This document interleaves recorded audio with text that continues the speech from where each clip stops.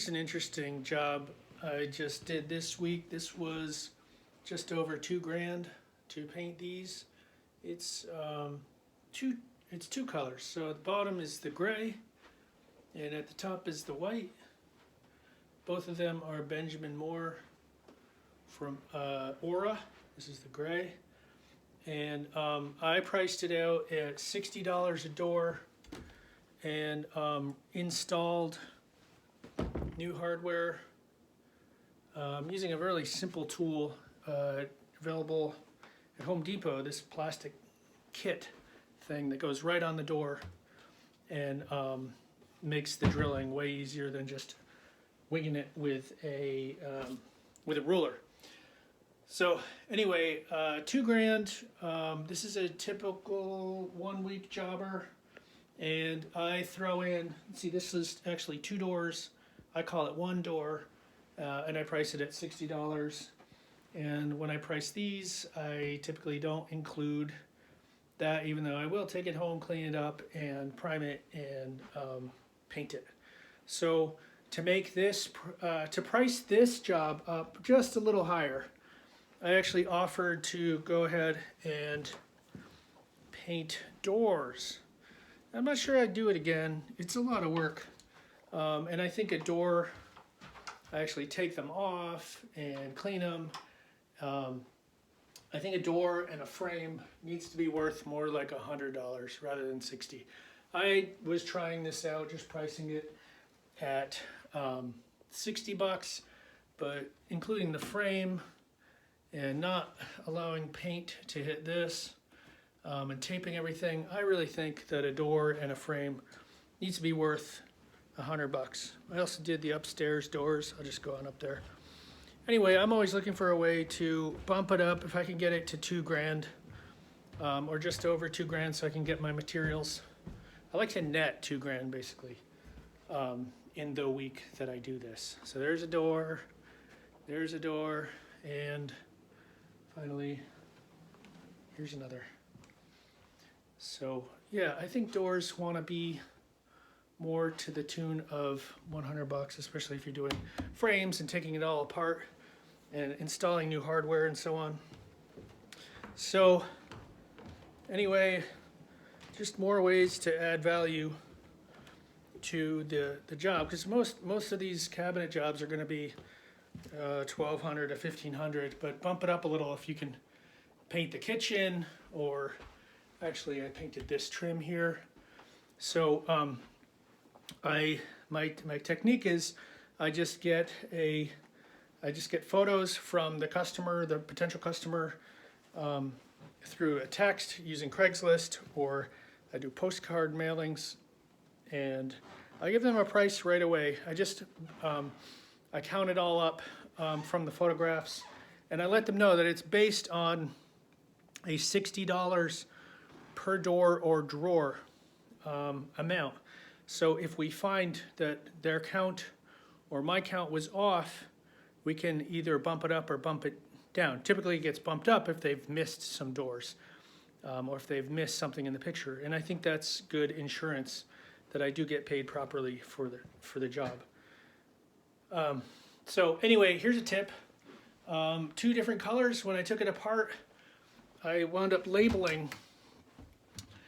When I take these out and I put tape, I actually will label that hole. This would be like 2B. This is like 2M. This is like 2T. Middle, top, bottom. I actually do like to keep track of where each of these go, because they have micro adjustments on them, and it's just a pain to be readjusting things. So that's tip number 1, is when taking it all apart, label it all. This door number 2 would get a baggie all its own with 3 pieces of hardware in it, and labeled. So when I spray over this, it's actually spraying over the tape that's covering there. I have a little piece of tape crunched in there covering the number 2B. So it all goes back accordingly. Now, and also right here would be the label 2, so I know where this door actually goes. These are just simple things. But when there's two tones, two colors, I will do letters on the bottom. So I know when I'm at home spraying these things that let's see, in this case, the letters would all get gray and the numbers would all get white. Just keeping organized. And actually, when it's just two pieces, like such as here, I would actually just label the top. Let's say this is like 9. I would say 9T. Label it, and then the other one I can assume is bottom. So there's the case of over labeling otherwise. So anyway, $60. That's if you're a painter, or if you are researching doing this as a DIYer, just know that that's sort of on the low end. I've looked at videos online, and they are generally to the tune of $100 a door when they're done, especially if there's a grain fill. These are perfectly flat, shiny flat. But if they were, like sometimes you have oak getting a grain fill also, and I think that bumps it up by $40 over the 100. So I'm well within reason doing $60. My goal at the moment is to be bringing back as a net $2,000 every week. And so I think it's, compared to what I see or compared to what I used to do, it pays much better. Sure, I could be interior painting too, but this affords me the opportunity to do half the work from home.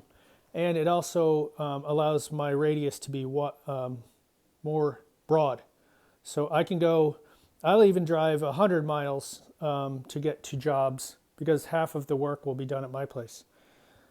So anyway, when the work thins out, I tend to expand my radius. So I got down to like 3 days with no future job as we got around the holidays, and I just expanded my radius to Boston and New Hampshire, and suddenly I'm in work again. Then I shut those down.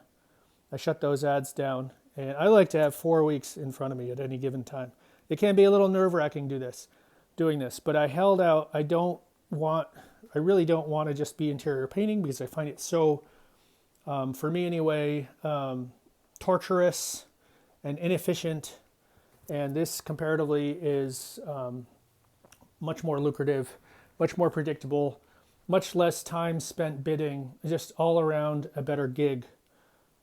Even though it can get down to a few days, it's definitely harder to find these jobs than it is to find interior painting gigs. But I held out till I had like 2 days left. I didn't launch any interior painting ads, and I'm back in having plenty of work. So it's good to have as a backup. I mean, I could even pull popcorn off the ceiling if I really had to. But I encourage you, if you're a painter and you have a niche, to stick with it, to hold out till those last few days, if you can, and just try to expand your radius or something. If you prefer a certain kind of work, I mean, it's your time. So I guess that's all. Hope this helps, painters. Take care.